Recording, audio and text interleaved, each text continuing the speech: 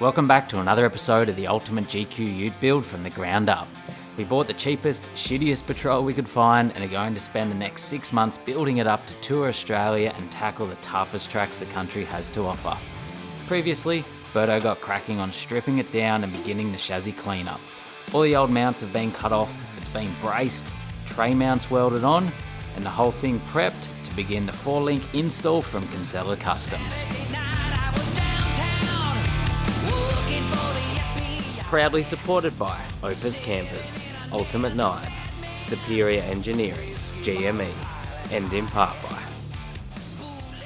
Next step of the build, Matt Kinsella from Kinsella Customs, double triangulated 4-link kit. The main benefit to this kit is the on-road and off-road drivability and just improved handling. We get less of the rear wheels trying to drive under the car, or when you're light on a hill and your front's going up where you see some of the heavy touring cars suffer. This will prevent a fair bit of that torque roll from the engine when you try and go from stopping on a hill. This kit is made from 6mm mild steel. I've opted to get this front member sent to me welded together. It normally does come DIY flat pack, but you can also arrange to get it welded together. You still have to weld on the back truss and weld this to your chassis and, make it all go together. But apparently this kit is pretty much self-aligning. I'm going to see how hard it is. I'm not the best fabricator, so if I can get this done, anyone can. To go with my 4-link kit, I've opted to get some Hillfab Billet 7075 alloy arms. This is what the majority of people run in their buggies. And as you can see, I've gone from bush one end and then Heim joint the other end. There's a few different brands of Heims you can get. These are the FK Heims, but that will allow the back end to move a lot freer than a double bush back end. And the bush will still isolate half of the harmonics and vibrations you get from the road. So next step, I've already prepped the chassis. Now I need to prep these. So I've got to brake clean both sides and then paint the back side. So I'll get straight into that. Love that. Be good, but the ironic thing about that, I've got safety glasses on my head. That's just downright atrocious. Next step, weld through primer on the inside. I've just mocked that one there. I'm going to do the same to this one, and then we put the whole bottom cross member up, and we get some stuff aligned, and then we'll be into tacking stuff on.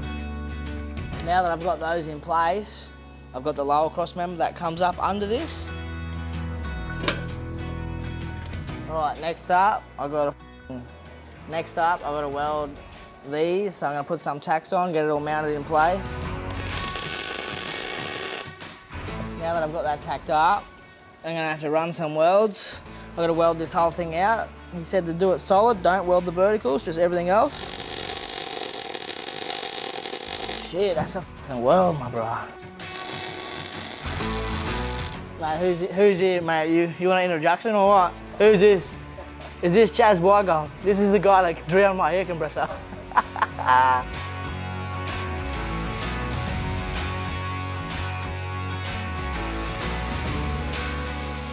All right, we've got most of that welded in. Now we got to move over to the upper arm links. I'm just going through the instructions Matt sent me. So as you can see, we've got both of these tacked in. That one I've started welding, I'm about to finish it. So it took a little bit of just figuring out just to get it all lined up. It lines up pretty good. I'm just double checking everything. I don't want to mess it up. There'd be a lot of work to throw away if I messed it up. So I've got that one fully welded out now. Inside edges, inside edges, inside edges, inside edges, outside, outside, outside. Oh, mate, I lied. I've still got a weld up there. Fully welded out now. I've still got to tack on some more bits on this. I'm just gonna bolt in this, so it gives it that extra thickness so that I can get this in after it's fully welded, just like this one. Just snug enough to get in there. And then when you do the bolt up, it'll obviously pull tight on it. So that's a win. As you can see, I've got those fully welded out now. It's all on there. So time to hit all that with the flappy, get all the splatter off, and then hit it with some etch primer, some undercoat, stop it from rusting before I get this thing fully painted. As you can see, when you do that, it cleans it right up, gets rid of all the burn marks. He's got a I just need to seam seal the verticals where I haven't welded on both sides. And then once I've seam sealed that, I can paint it, and then we'll be done with this section. I can move on to the rear diff. We'll start over again. Grow ourselves new skin. With the chassis section of the 4-link done, Berto can move on to prepping the rear diff for the 4-link truss and mounts. Next up, I'm gonna jack this diff up, pull the rims off, pull the brakes off, drain the oil, pull this tail shaft nub off, and then I've got to cut these uppers off. And I've also got to cut panhard bracket and lower shock mounts off this. And then I can get the 4-link truss all mocked up, tacked up, welded up, and this diff cleaned up. So the best way to undo these hard brake lines with the little flares isn't your normal spanner. SP have a 10mm flare spanner. So this is a pipe spanner where it can slip over the pipe, and it's a single cut more than just your normal basic open ender. It's the best way to get them undone without stripping them.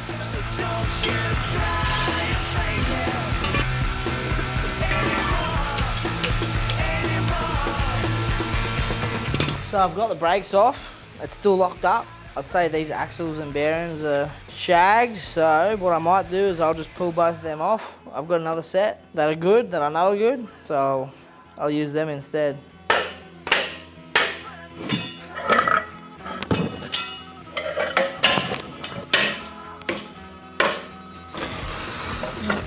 I'll pull the center out now, and then I'll get to cutting stuff off it.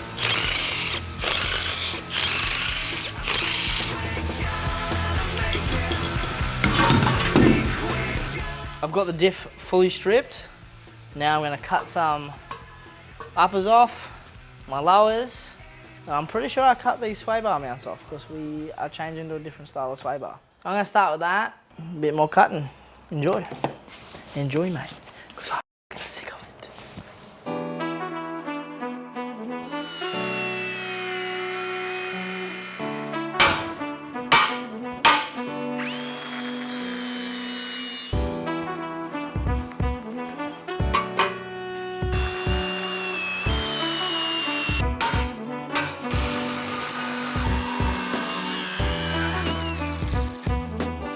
Now that I have these roughly cut off, I've still got to clean them up. I'm going to cut off the panhard and the lower shock mount.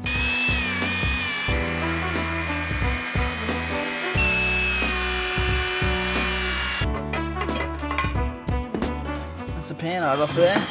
Hopefully the lowers are a bit easier.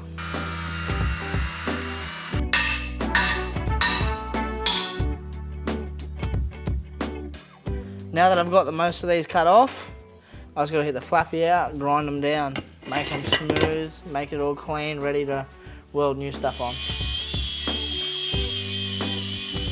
Another day in the shed. I've still got more mounts to cut off and smooth out so I can get the 4-link on. I'm just going to continue with that.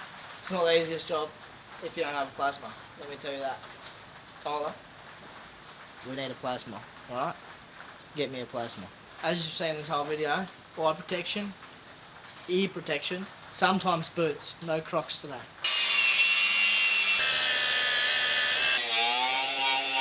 So I've got most of these cut and ground flat. I've still got a few spots I need to give a touch up, but I also need to weld the breather hole shut because the 4-link truss goes over it, and then we mount the breather further out on the axle tube. And there's a few small marks that I've put in the diff with the grinder that I'm just going to put a little bead over with the welder, and then I'll grind flat so there's no thin weak spots that might leak. That is the breather welded up. Now I'm just going to get a few of these little marks. All right, now that they're done, flip this off, go back to grinding mode, boom, we'll get them flat. So I ran out of gas the other day, so between every weld I'm turning the bottle off now. It pissed me off proper. So next step, I've got the clean up wheel on this. I'm going to clean this whole diff so it's bare metal.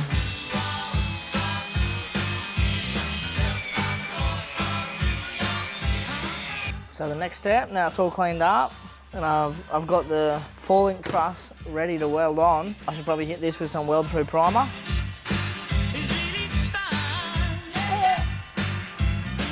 I've got that marked out where it's going to sit with that plate on, so it's in the right position.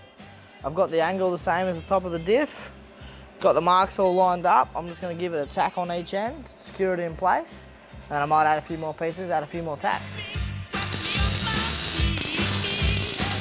My angle's still the same, hasn't moved. So yeah, this top section's pretty straightforward.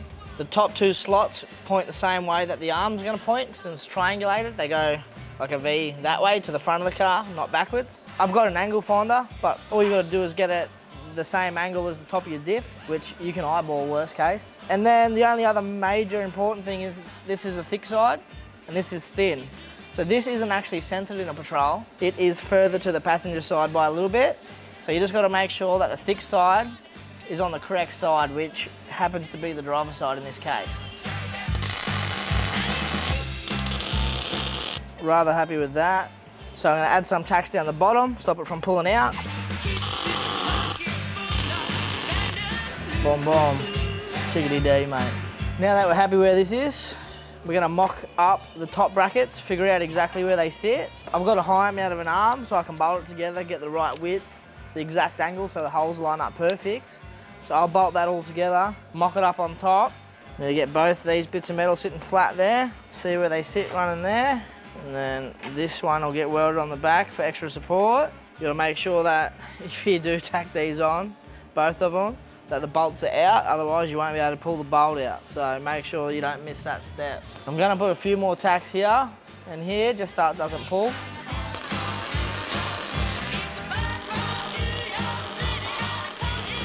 I'll get these tacked on. I'll tack these on last. Happy days. I should probably weld in here before I put that plate on.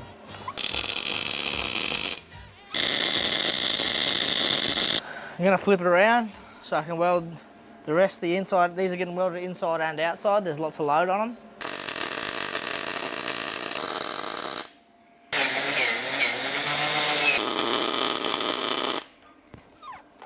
I've got it mostly welded on. I've just got to do a couple of these sections and the back side, which is going to be a lot easier if I pull this pumpkin out. I've left it in there for now so nothing gets in there, and so it's a bit more rigid, but I'm not going to be able to get any sort of good weld on that if I can't get the right gun angle, so I'm going to have to pull it out and then just go slow.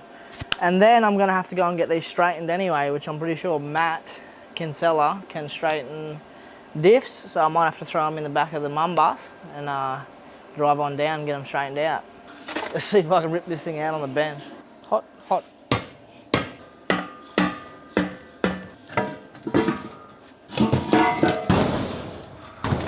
There we go. That's Tyler's old bad diff. It's got no centre in it, so no harm done to that thing. That's fully welded out now, so I'm going to wire wheel it, get all the little splatters off it, let it cool down. I'll hit it with some paint, and that is the 4-link welded on. That should be the last of the 4-link, and then after this, I've got some other goodies. Another parts delivery from my favourite people, Superior Engineering. Raised lower shock mount. So these sit flat with the diff, they don't hang down that 2 inches or whatever they normally do. And it's a bolt style instead of a pin style, so that's going to be cool. It's going to give me a bit more clearance. I'm not going to need as long as shocks to get the same amount of droop. So that's a double win.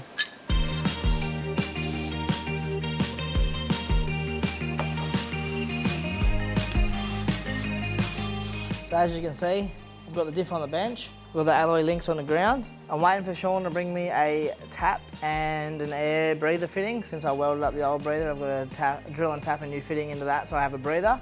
Otherwise we'll be pushing axle seals out and all sorts. I need to enlarge the lower control arm bolt holes to take the bigger heims. I think they're 16 or 18 mil, I'm not too sure, the bolts. Sean's also bringing me my vernier, so you know, most of my stuff's at Sean's. While I'm waiting for Sean, I might bang these new fancy billet machined alloy arms in the chassis. I'll just let them hang there. Once I get the diff and tap it, I can do that. And then I'll put the axles in, wheels on, roll it under, and we'll finally get a picture of the finished product. It's the thing I've been most excited for. It's taken like a week straight to get all this on there and done, so it's been a pretty big week. We have 3 adjustable slots in the upper. I'm just going to put it in the middle for now, and you can change that depending what you want the vehicle to do. So look at that. So there'll be a diff in there shortly. That gives you a rough idea. Well, that's getting me excited, that is. It's all coming together. Here's Sean. We got parts delivery coming up. TD the world, mate. Parts delivery's coming in. I've just ran to the shop. Got a new one of these, because the one Sean gave me. Custard. Why are you so hard to drill? Might as well try and drill the other one before I ruin that thing.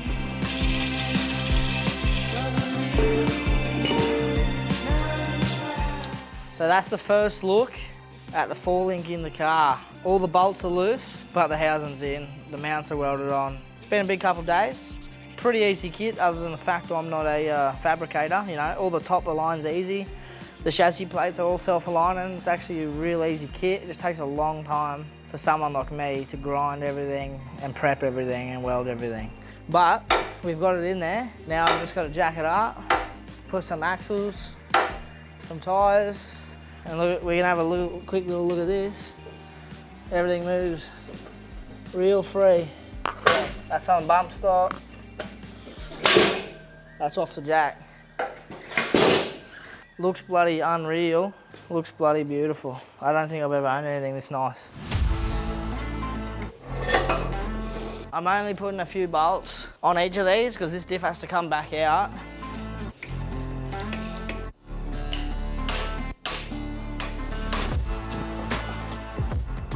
Back to a roller.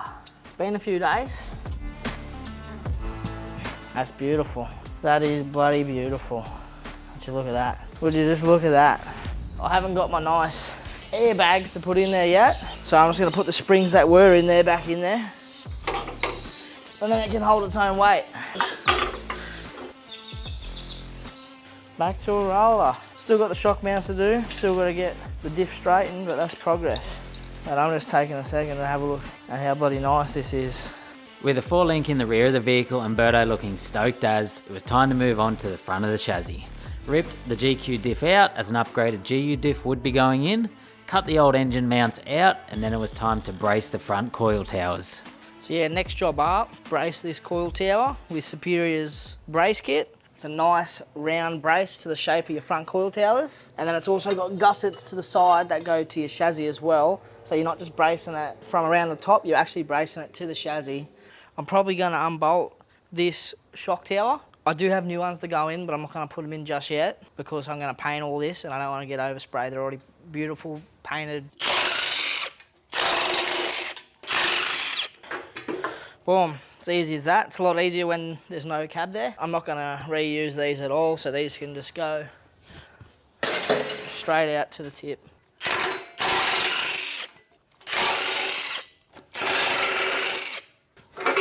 Straight out here, scrap pile, boom. Anyone needs any scrap metal, I've got some for you, mate. Whatever you need, we got it. So next step is gonna be to pull the bump stops out, but I'm sick of this steering box. This is the old GQ box. I have got a 104 GU steering box to go in. I'm gonna remove this thing. I've only lightly got it on here anyway. I'm just gonna undo the bolts. I think they're finger tight, which they are.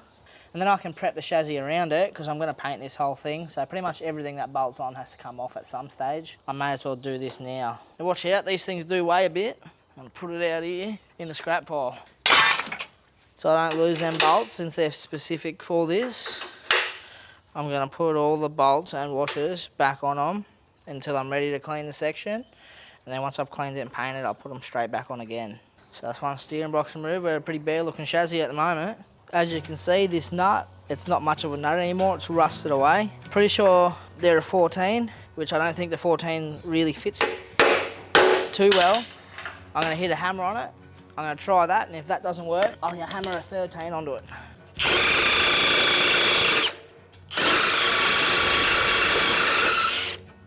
I've got it out, now I'm gonna have to hammer that off. These always fill up with sand and they rust out, so that always ends up happening. Time to remove the second bump stop. This nut is a lot better. There we go, so as you can see, that one still looks like a nut, but the end of the threads were no good. Next step, I've got the cleanup disc, which it just takes the paint off, doesn't take metal away. I'm going to clean up this whole section of the coil tower. So we don't want to use a flappy disc for this because it'll take away too much material. It's coming up good. So now I've got all that cleaned up with the cleanup wheel. There's a few areas I can't get with it, so I've gone to the wire wheel and I'm going to get right in those close edges. Next step. Boom, that'll sit something like that. It wants you to weld 2 inches, nothing, 2 inches, nothing, 2 inches, nothing, 2 inches. So stitch it on just like I did at the back. So I'm gonna mark that. I'm gonna clean this plate up, weld through primer it. Then there's also some internal plates down in here.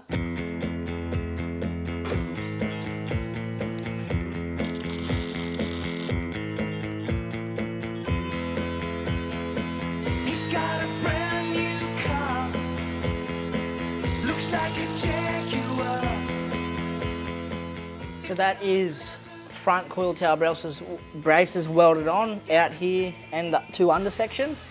That's really going to beef that up. That's like 6mm plate and the inside's like 8mm plate. I'm going to wire wheel all these welds, get rid of the burn, contamination, whatever it is up there, and then I'll hit this with edge primer and then I'll be ready for when I paint the rest of the chassis. This section will be clean, so I'm sort of cleaning it a little bit at a time. We'll start over again. So as you can see, this diff is pretty rusty, gross, extra ABS lines. So this is a GU ABS diff. So I'm going to start off by stripping down the hard lines and the ABS stuff.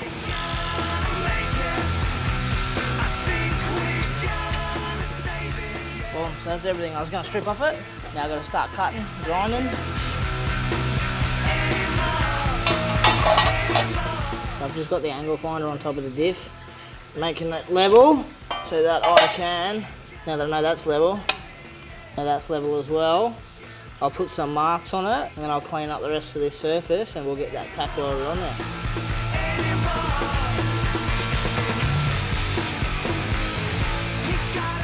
So now I just know I need to keep my 10mm gap, which I've cut to a 12mm, so when my 5-link goes on I've still got room.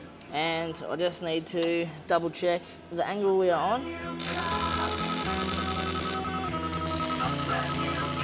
With the first section of the brace kit welded on, it was time to do the front section of the diff.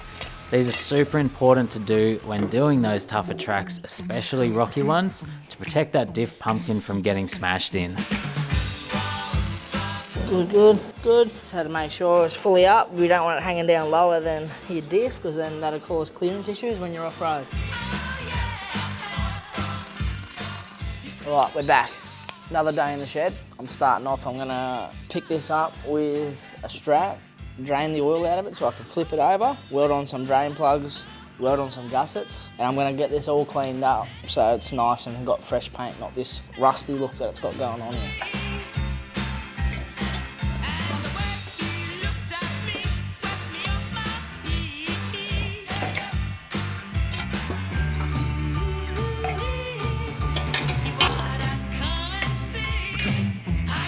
Since this car's been in a fire, everything's just brittle and falling to bits. But that's all right.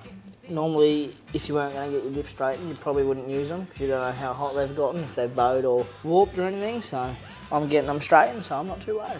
Plus, I've got to do a full swivel up rebuild anyway, so all the seals, the center's not getting used, the brakes aren't getting used, the brake lines aren't getting used. It's just the bare housing.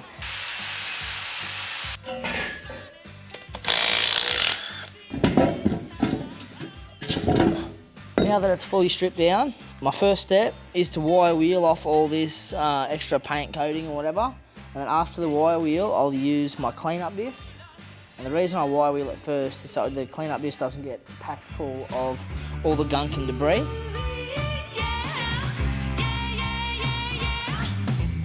Boom, boom. So next step, we're going to do the drain plug saver. It's a weld-on ring. They machine out the inside so it sits nice over these Nissan welds.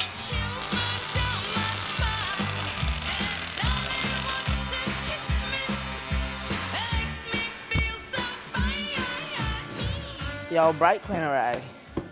Probably should be careful that there's not rags with brake cleaner right where we're welding, because that can happen. So we're lucky we got a few fire extinguishers about, but I'll just put it out the old-fashioned way. So next step, I'm gonna grab the knuckle. I'm gonna put it on, just loosely, 2 bolts, so I can figure out where the pivot is, so I can put the gussets right in the correct spot so that they don't hit when I turn.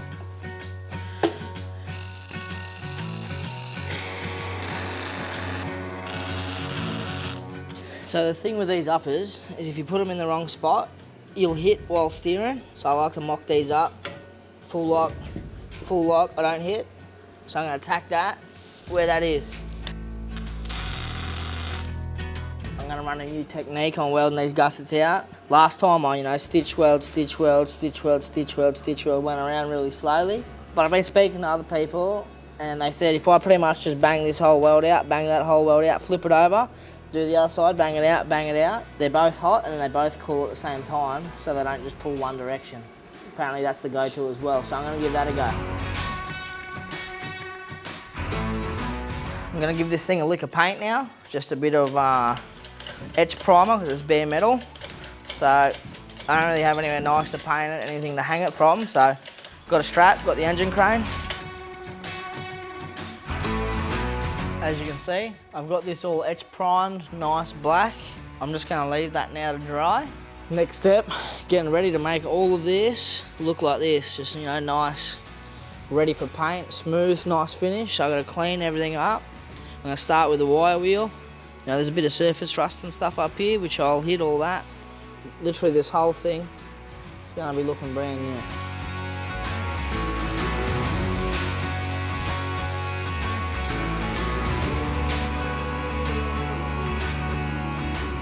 Boom, boom, chicken dinner. That's the front half of the chassis, all wire wheeled, clean up discs, painted, just etch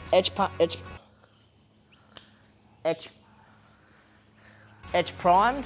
So this is ready for whenever I decide what paint I'm gonna put on it. Once I've done the rest, I haven't done the back of the car yet. So I'm currently waiting on my engine mount still, so I'm gonna move on to the back diff.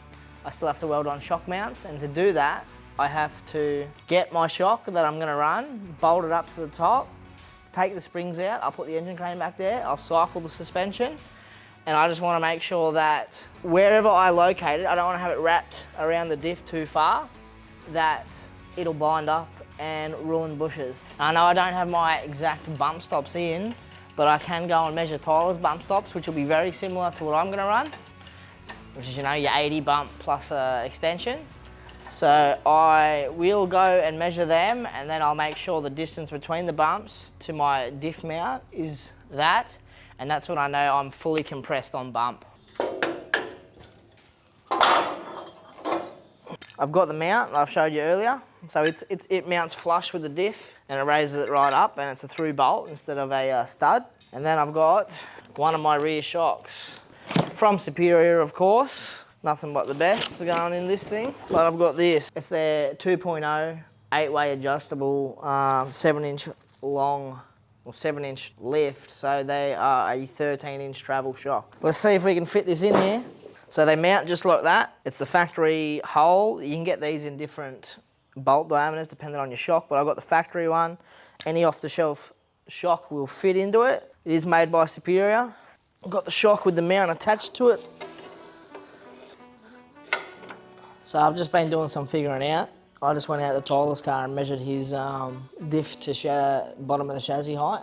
I'm gonna need some raised upper shock towers to run these shocks. Otherwise they're gonna be fully compressed and it's only gonna be down travel, which we don't want that. So I'll go ahead, I'll order some raised uppers. I'll still figure out where I need to put the bottoms on. So I'll do that now.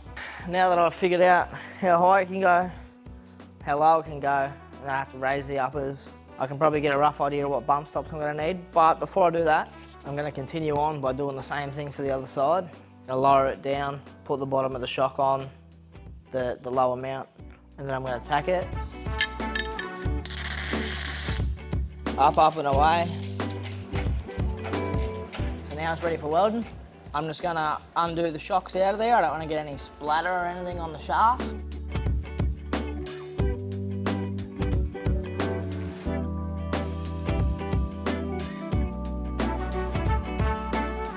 So I've realised it's probably easiest for me to cut stuff out of the chassis and not get stuff all over these nice new arms and everything. I'm going to pull the diff and the arms out.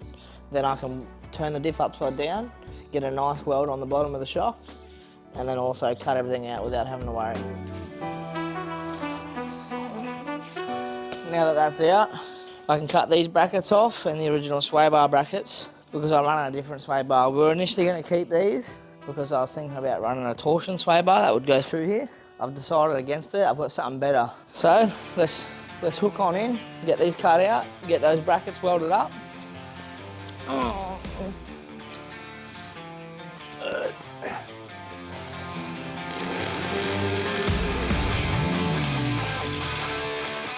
I might even put some on the inside because it's going to be, you know, your shock's going to be hanging off this thing. Well, we are going to finish up that episode there. Make sure to tune in next week as Berto starts making this thing look more like a four-wheel drive again. Gearbox and engine block fitted up, diff straightened, and finishes off the chassis and suspension.